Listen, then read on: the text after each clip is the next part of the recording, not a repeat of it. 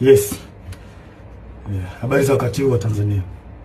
Kwa majina naitwa Captain Tesha, afisa kutoka Jeshi la Wananchi wa Tanzania katika kikosi cha Saki, kwa maana kwamba ni shule ya anga ya kijeshi. Awali ya yote napenda kumshukuru Mwenyezi Mungu, muumba mbingu na nchi, kwa kunipa uhai na afya mpaka muda huu ambapo nazungumza nanyi wa Tanzania wenzangu. Nikiwa na maumivu makubwa sana moyoni juu ya haya yanaendelea katika nchi yetu.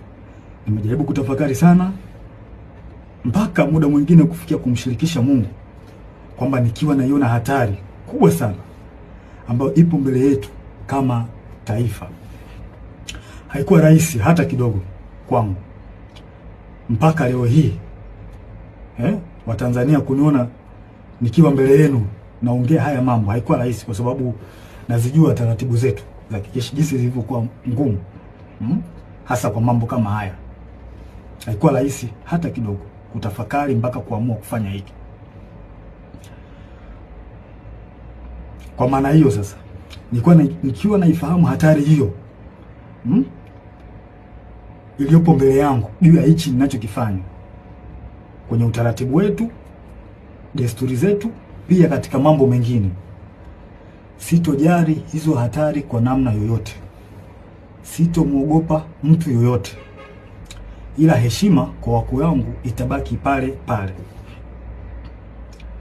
Hivyo basi nimeweza kuandika barua kwenda kwa wakuu wangu wa kazi, kwa maana kwamba CDF na wengine, kuwaeleza kwamba siridhishwi kabisa kwa yanayoendelea nchini na naiona hatari kubwa sana katika taifa letu.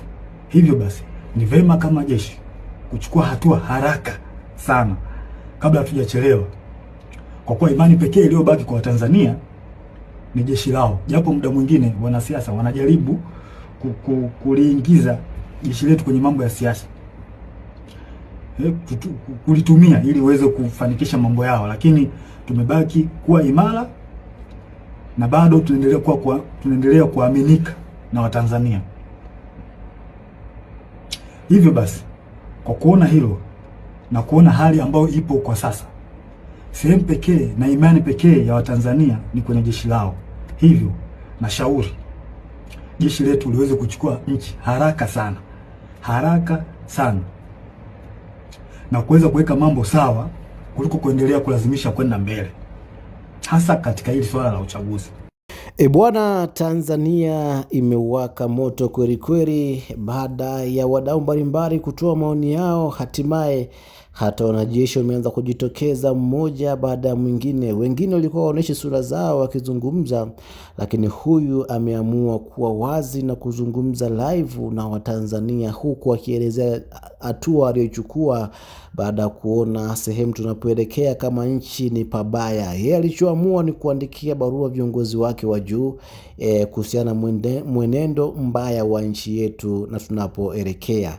Bila shaka hawa ni viongozi wanaohitajika kwenye hii nchi. Huyu ni mwanajeshi mwenye nyota 3, manake hajajali juu ya uongozi wake kwamba anaweza kaondolewa pengine akizungumza maneno kama haya, lakini mwisho wa siku ameamua kujitoa mwanga kwa ajili ya taifa lake, kwa ajili ya Tanzania yake, na kuzungumza ukweli kabisa. Aisee wa Tanzania, huu mwaka ni mwaka wa baraa kweli kweli. Kila mmoja anasimama na kuzungumza ya kwake, baada ya wananchi kusimama na kuzungumza hisia zao juu ya uongozi wa madarakani wakati huu.